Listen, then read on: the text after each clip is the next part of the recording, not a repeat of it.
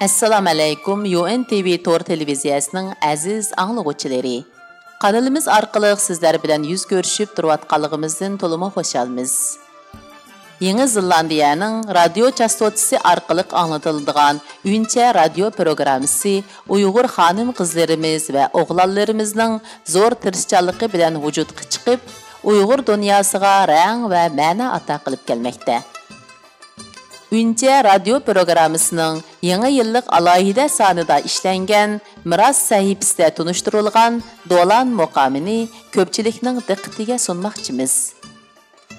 Qani birlikda tunishib chiqaylik.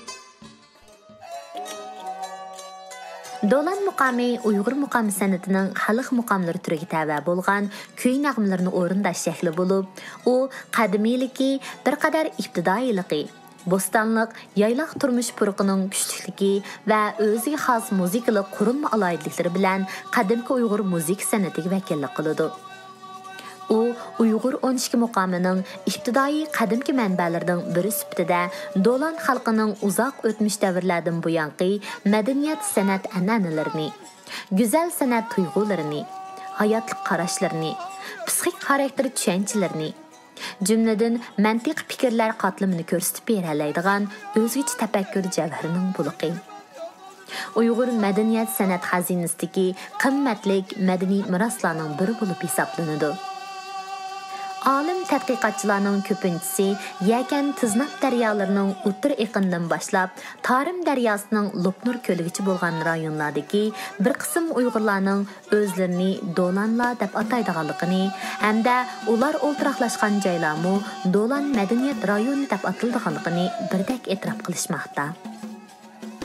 Mana shu Dolanlar bizga o'zlarining ko'p qatlamliq tarixiy turmush faoliyatlaridan yolg'iz ovchilik, chorvachilik, dehqonchilikqa oid mo'l ibtidoiy madaniyat ekologiyasini emas, balki o'z navbatida o'zlarining yashash usuli, mavjud ruhi, hayotlik e'tiqodi, urf-odati, axloq qoidalari, badiiy zavq va estetik intilishlar mujassamlangan Dolan qadimki muzik usul san'ati yanala o'zlarining tarixiy madaniyat qomusi hisobidagi Dolan mashrab muqomlarini qoldirdi.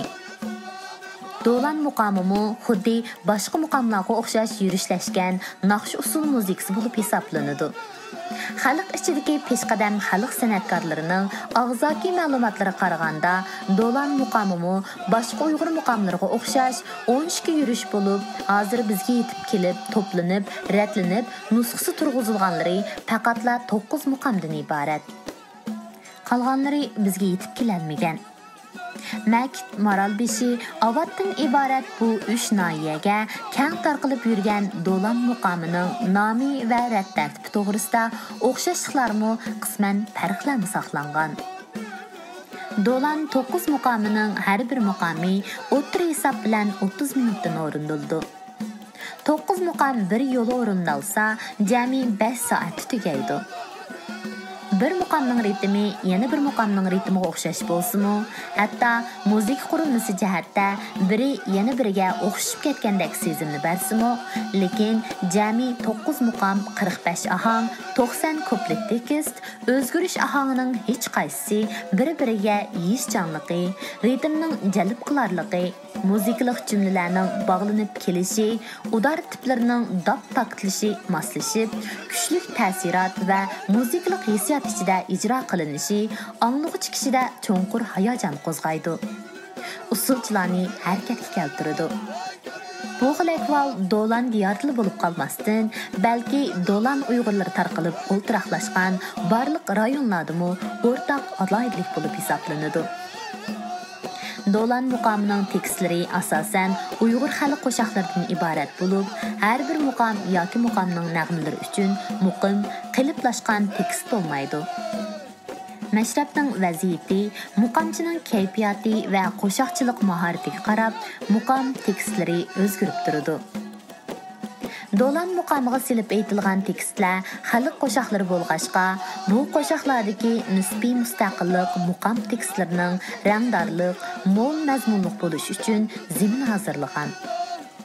Shunga har bir muqomda boy va rangdor ijtimoiy turmushni ajoyib mohirlik bilan aks ettirgan ko'p xil mazmundagi qo'shoqlar har bir mashrabda bo'lsa yangidan-yangi qo'shoq boyliqi o'tirg'i chiqadi.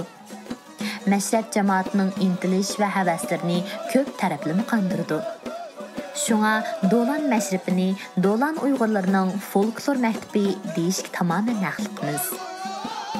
Demak, Do'lan muqami Uyg'ur do'lanlarining ijtimoiy turmushining yuksak badiiy kartinasi bo'lib, muqam nag'malarining bir qadar qadimiyligi, yez-yayloq turmush burqining kuchlikligi, usullarining nafs, mardona, salmoqligi, quyuq milliy aloydiligi va yerlik aloydiliklari bilan Uyg'ur 12 muqamidan ro'shan farqlanadi.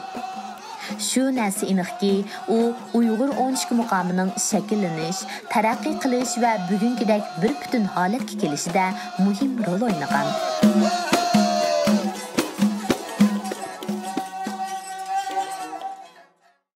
Yoqtirib ko'rganligingizlarga ko'pdan ko'p rahmat. Barchamizga xushallik, salomatlik, baxt yor bo'lg'ay. Dunyo xabarlaridan tirishchan töhbitkorlarning izlaridan, turmush savatlaridan, madaniyat san'atimizdan, o'tmish tariximizdan, iqtisod ko'zligimizdan, tantarbiya dunyosidan, nikoh, oila turmush bilimlaridan xabardor bo'lay desangiz, kanalimizga a'zo bo'ling. Kanalimizga a'zo bo'lgandan keyin o'ng tarafdagi qo'ng'iroq belgisini bosib qo'ysangiz, har qitimliq rangdor mazmunlardan vaqtida xabardor bo'lasiz.